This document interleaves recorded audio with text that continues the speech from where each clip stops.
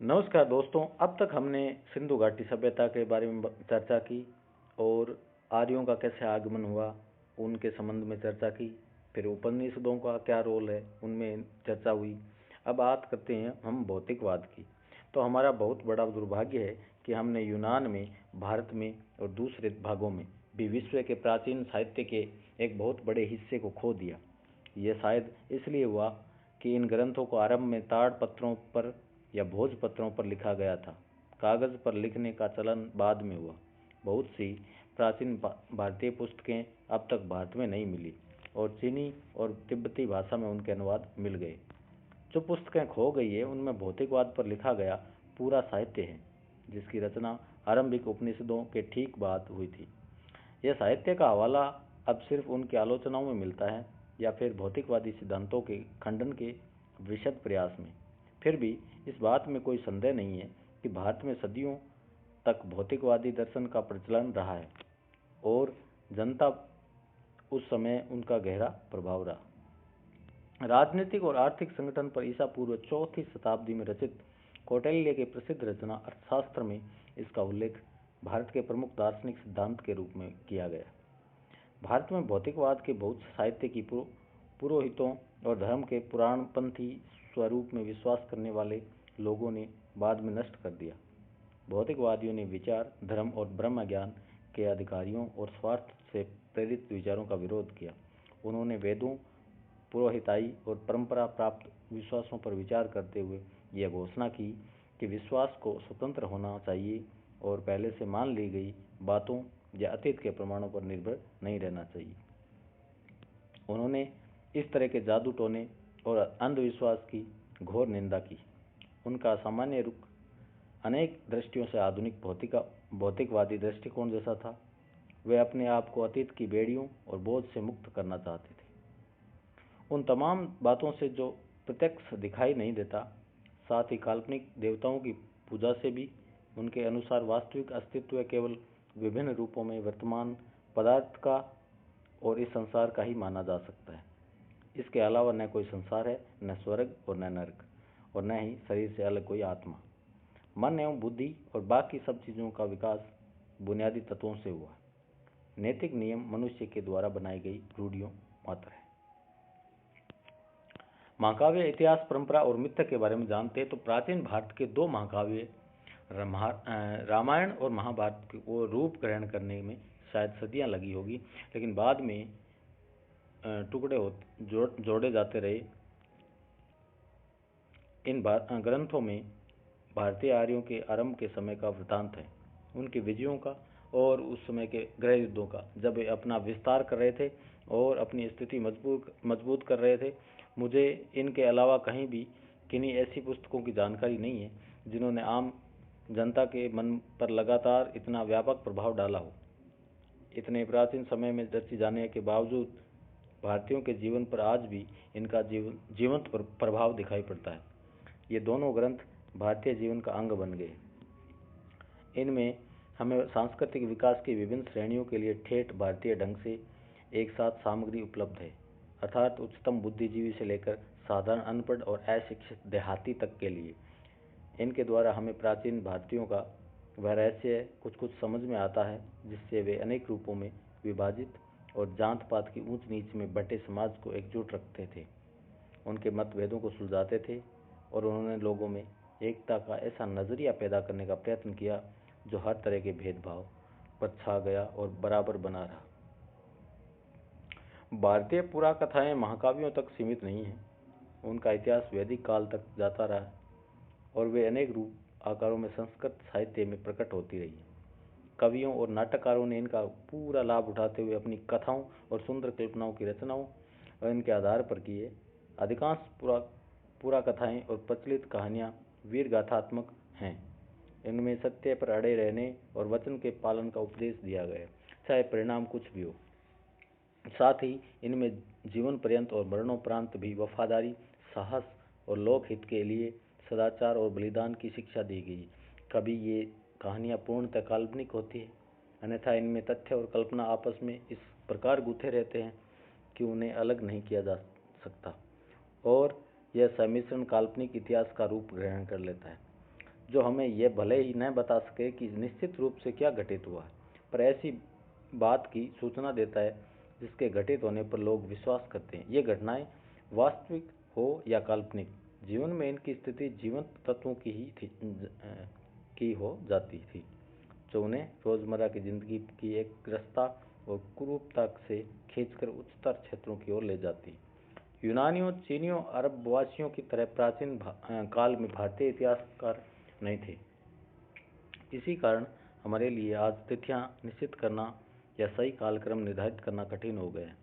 घटनाएं आपस में गड़बड़ हो जाती। बहुत धीमी गति से आधुनिक विद्वान धैर्यपूर्वक भारतीय इतिहास की भूल भुलैया के सूत्रों की खोज कर रहे हैं। कल्याण की राजतरंगिणी एकमात्र प्राचीन ग्रंथ है जिसे इतिहास माना जा सकता है। यह कश्मीर का इतिहास है, जिसकी रचना ईसा की 12वीं शताब्दी में की गई थी। बाकी के लिए हमें कहाँ काव्यों और अन्य ग्रंथों के कल्पित इतिहास, कुछ समकालीन अभिलेखों, शिलालेखों, कलाकृतियों और इमारतों के अवशेषों, सिक्कों और संस्कृत साहित्य के विशाल संग्रह से सहायता लेनी पड़ती है।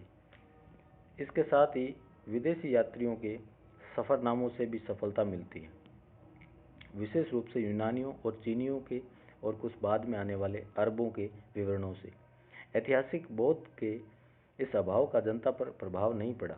यहाँ की जनता ने अतीत के विषय में अपनी दृष्टि का निर्माण उन परंपरागत वृत्तांत और पौराणिक गाथाओं और कहानियों के आधार पर कर लिया जो उन्हें पीढ़ी दर पीढ़ी विरासत में मिलती थी। इस काल्पनिक इतिहास तथा तथ्यों और दंत कथाओं के मिश्रण रूप का व्यापक प्रचार हुआ और इनमें जनता को एक मजबूत और टिकाऊ सांस्कृतिक पृष्ठभूमि मिली। लेकिन इतिहास की अपेक्षा के कारण दृष्टिकोण में धुंधलापन पैदा हुआ, जिंदगी से अलगाववाद पैदा हुआ और तथ्यों के बारे में दिमागी उलझन और सहज विश्वास करने की प्रवृत्ति पैदा हुई। महाभारत के रूप में रामायण एक महान रचना है और लोग उससे बहुत प्रेम करते हैं, परंतु महाभारत का दर्जा विश्व की श्रेष्ठतम रचनाओं में है। ये कृति परंपरा और दंत कथाओं का तथा प्राचीन भारत की राजनीतिक और सामाजिक संस्थाओं का विश्वकोश है। लगभग 10 वर्ष बल्कि उससे भी कुछ अधिक समय से इस विषय के अधिकारी भारतीय विद्वान उसका प्रमाणिक संस्करण प्रकाशित करने की दृष्टि से विभिन्न उपलब्ध पाठों की जांच और मिलान करने में व्यस्त हैं। उन्होंने कुछ अंश प्रकाशित करके जारी भी कर लिए, लेकिन यह कार्य अब भी अधूरा है। शायद यही समय था जब भारत में विदेशी लोग आ रहे थे और वे अपने रीति रिवाज अपने साथ ला रहे थे। इनमें बहुत से रिवाज आर्यों से मेल नहीं खाते थे, इसलिए विरोधी विचारों और रिवाजों का विचित्र घालमेल दिखाई पड़ता है। आर्यों में स्त्रियों के अनेक विवाह का चलन नहीं था, किंतु महाभारत की कथा की एक विशेष नायिका एक साथ 5 भाइयों की पत्नी है। धीरे धीरे यहाँ पहले से मौजूद आदिवासियों के साथ नए आने वाले लोग भी आर्यों के साथ घुल मिल कर एक हो गए थे और इस नई स्थिति के अनुरूप वैदिक धर्म में संशोधन किया जा रहा था। इसने सबको समेट कर चलने वाला वह उदार व्यापक रूप ग्रहण कर लिया था जिससे आधुनिक हिंदू धर्म निकला। यह इसलिए संभव हो सका क्योंकि बुनियादी नजरिया यह जान पड़ता है कि सत्य पर किसी का एकाधिकार नहीं हो सकता। उसे देखने और उस तक पहुंचने के बहुत रास्ते हैं, इसलिए सब तरह के अलग अलग, यहाँ तक कि विरोधी विश्वासों को भी सहन कर लिया गया। महाभारत में हिंदुस्तान की, या जिसे दंत कथाओं के अनुसार जाति के आदि पुरुष भरत के नाम पर भारतवर्ष कहा जाता है, बुनियादी एकता पर बल देने की निश्चित कोशिश की गई। इसका एक और पहले का नाम था आर्यावर्त, यानी आर्यों का देश, किंतु यह नाम मध्य भारत में विंध्य पर्वत तक फैले उत्तर भारत के इलाके तक सीमित था। रामायण की कथा दक्षिण में आर्यों के विस्तार की कहानी है। वह विराट गृह युद्ध जो बाद में हुआ और उसका वर्णन महाभारत में किया गया, उसके बारे में मोटे तौर पर अंदाजा लगाया गया है कि वह ईसा पूर्व 14वीं शताब्दी के आसपास हुआ होगा। वह लड़ाई भारत पर एकाधिकार स्थापित करने के लिए लड़ी गई थी। इसी लड़ाई से एक अखंड भारत की अवधारणा की शुरुआत हुई। इस अवधारणा के अनुसार आधुनिक अफगानिस्तान का बहुत बड़ा हिस्सा भारत में शामिल था और इस हिस्से को उस समय गांधार, जिसे वर्तमान कंदहार शहर का नाम पड़ा है, कहा जाता था। और उसे भारत का अभिन्न हिस्सा समझा जाता था। वास्तव में इसी कारण मुख्य शासक की पत्नी का नाम गांधारी यानी गांधार की कन्या जान पड़ता। दिल्ली नाम का आधुनिक शहर नहीं, बल्कि उस इलाके के निकट बसे हुए हस्तिनापुर और इंद्रप्रस्थ नाम के पुराने शहर इसी समय भारत की राजधानी बने थे। महाभारत में कृष्ण से संबंध व्याख्या भी है और प्रसिद्ध काव्य भगवत गीता भी। गीता के दर्शन के अलावा इस ग्रंथ में शासन कला और सामान्य रूप से जीवन के नैतिक और आचार संबंधी सिद्धांतों पर जोर दिया गया है। धर्म की इस बुनियाद के बिना न सच्चा सुख मिल सकता है और न समाज में एका रह सकता है। इसका लक्ष्य है लोक मंगल, किसी विशेष वर्ग का नहीं बल्कि पूरे विश्व का। लेकिन धर्म समय सापेक्ष है और सत्यनिष्ठा, अहिंसा आदि जैसे कुछ बुनियादी सिद्धांतों को छोड़कर खुद समय और मौजूदा परिस्थितियों पर निर्भर करता है। ये सिद्धांत टिकाऊ है और अपरिवर्तनशील भी, परंतु इसके अलावा धर्म, जो कर्तव्यों और जिम्मेदारियों का सम्मिश्रण है, समय के साथ साथ बदलता है। अहिंसा पर यहाँ और दूसरी जगहों पर भी जो बल दिया गया है वह दिलचस्प है, क्योंकि अहिंसा और किसी अच्छे मकसद के लिए संघर्ष करने में प्रत्यक्ष रूप से कोई विरोध नहीं दिखाई पड़ता। पूरे महाकाव्य का केंद्र एक विराट युद्ध है। जाहिर है कि इस प्रसंग में अहिंसा की अवधारणा का ज्यादातर संबंध मकसद से था, यानी हिंसा की मानसिकता के अभाव से, आत्मानुशासन से, क्रोध और घृणा की भावना पर नियंत्रण से था। महाभारत एक ऐसा समृद्ध भंडार है जिसमें अनेक अनमोल चीजें ढूंढी जा सकती है। यह विविधतापूर्ण, भरपूर और खदबदाती जिंदगी से सराबोर है। ये केवल नैतिक शिक्षा की पुस्तक नहीं है। महाभारत से मिलने वाली शिक्षा को एक वाक्य में इस रूप में सूत्रबद्ध किया गया है: दूसरों के साथ ऐसा आचरण नहीं करो जो तुम्हें खुद अपने लिए स्वीकार न हो। इसमें लोक मंगल पर जो बल दिया गया है वह ध्यान देने योग्य है। महाभारत में जो कहा गया है, जो बात लोक हित में नहीं है या जिसे करते हुए तुम्हें शर्म आए, उसे कभी नहीं करना चाहिए। फिर कहा गया है, सच्चाई, आत्मसंयम, तपस्या, उदारता, अहिंसा धर्म का निरंतर पालन सफलता के साधन है, जाति और कुल नहीं। धर्म जीवन और अमरता से बड़ा है।